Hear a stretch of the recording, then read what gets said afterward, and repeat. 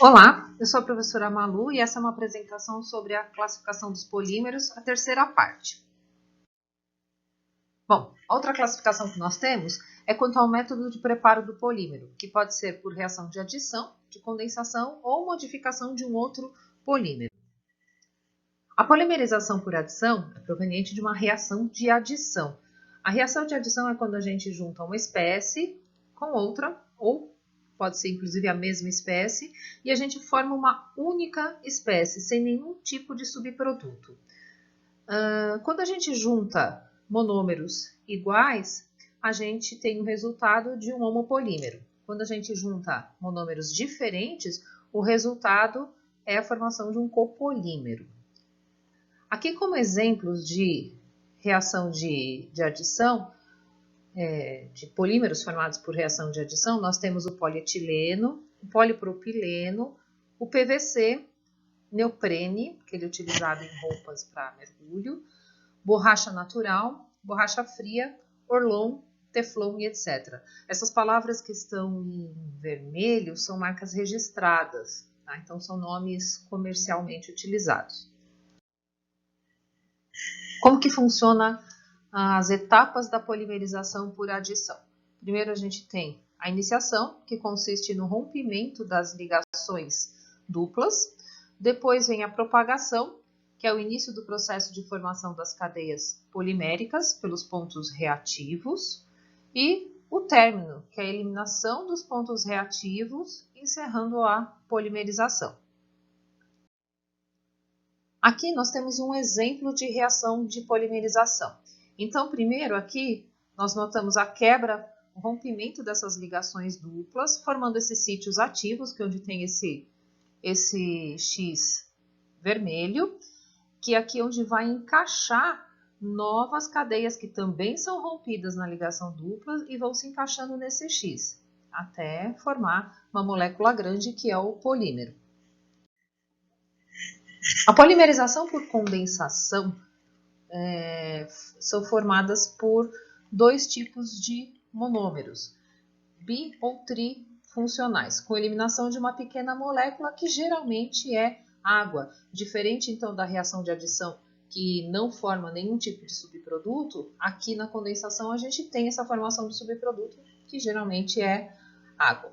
Então nós temos monômeros bifuncionais, que formam cadeias lineares, os trifuncionais, que formam cadeias tridimensionais.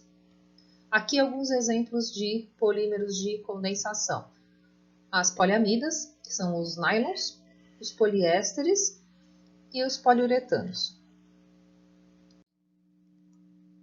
Então aqui o exemplo de uma reação de condensação. É feita a junção do ácido tereftálico com o etileno glicol. Aqui o que acontece? O hidrogênio do ácido tereftálico se une à hidroxila do etileno glicol para formar a água. Então essa água é eliminada. E aqui essas cadeias se juntam, formando o polímero.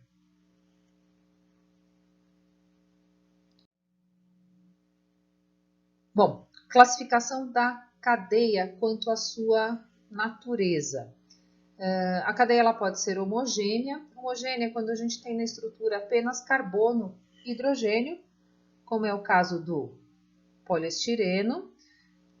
E aqui, a cadeia heterogênea é quando a gente tem outros átomos, heteroátomos, ou seja, átomos diferentes de carbono e hidrogênio e que ficam entre carbonos na composição. Nessa cadeia a gente pode notar que tem a presença tanto de nitrogênio quanto de oxigênio. Aqui eu estou vendo que o meu slide está tampando um pouquinho, mas na composição ele apresenta os dois elementos.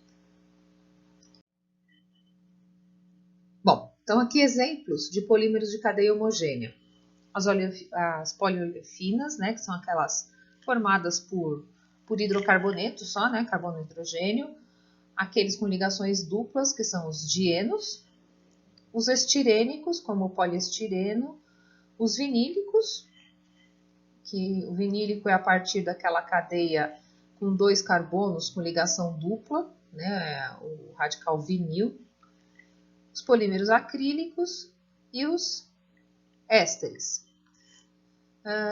Polímeros de cadeia heterogênea. Então, os derivados da celulose, os poliésteres, os poliéteres, policarbonato, poliamida. Na amida a gente tem nitrogênio, né, na composição, poliuretano e os silicones, que tem flúor na composição. Classificação de acordo com a estrutura molecular. Então, aqui nós temos os polímeros, que podem ser lineares, ou seja, são cadeias sem nenhum tipo de ramificação, né? Elas são retas, como é o exemplo do polietileno de alta densidade, onde esse monômero se repete N vezes linearmente. Ou ele pode ser com uma cadeia ramificada numa base linear, né? Então, aqui a gente tem uma base linear e aqui as suas ramificações. Tá? Esse aqui é um exemplo do polietileno de baixa densidade, que é muito utilizado para a produção de filmes, aqueles que fazem sacolinhas plásticas. Esse aqui é uma estrutura com ligações cruzadas, tá? Então, a gente tem uma base, outra base linear, e aqui a gente tem ligações cruzadas. Nesse exemplo aqui em cima, a gente percebe que essa ligação cruzada foi feita por enxofre. Isso aqui é o caso da borracha vulcanizada. A borracha vulcanizada é o seguinte, é inserido enxofre na sua composição com uma função de deixá-la mais flexível. É ele que dá aquela elasticidade para a borracha. A ligação do polímero em si, só da borracha, ele não é tão elástico quando ela é vulcanizada. A borracha vulcanizada que é a que tem a maior resistência. E quem dá essa característica ela é o enxofre por essa ligação cruzada. E também temos as estruturas reticuladas, tridimensionais. Elas ficam com essas caras de teias, né? É o caso da resina epóxi, aquela que é utilizada inclusive para colas. São cadeias que têm uma resistência mecânica alta e eles são extremamente rígidos, esses materiais. Inclusive os termofixos, né? Aqueles que não conseguem ser moldados por temperatura mais de uma vez, né? Eles têm essa estrutura reticulada. Aqui falando mais um pouquinho sobre o comportamento mecânico, de novo a gente fala um pouquinho sobre a resistência à tração, a deformação dos materiais, comparando borracha, plásticos e fibras. Qual que é a diferença de um ensaio, se a gente for pegar? Se eu tiver esse material, o que eu posso fazer? Eu posso comparar quanto à elasticidade.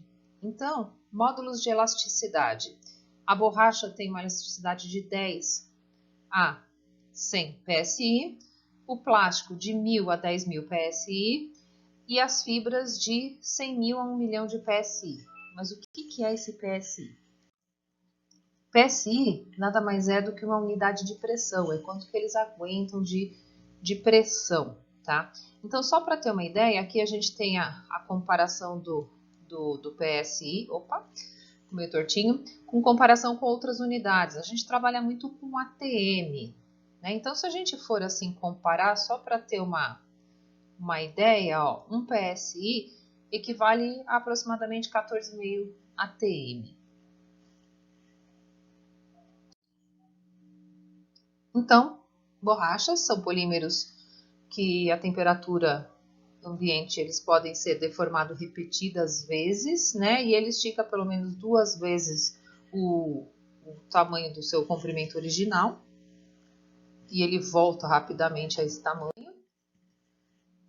Os plásticos são materiais que têm como característica formados por polímeros orgânicos sintéticos, né, que são moldados com elevação de temperatura. E as fibras, que são muito utilizadas na produção de fios, principalmente para a indústria têxtil.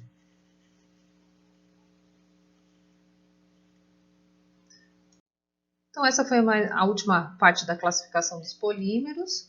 Obrigada por assistir e até mais!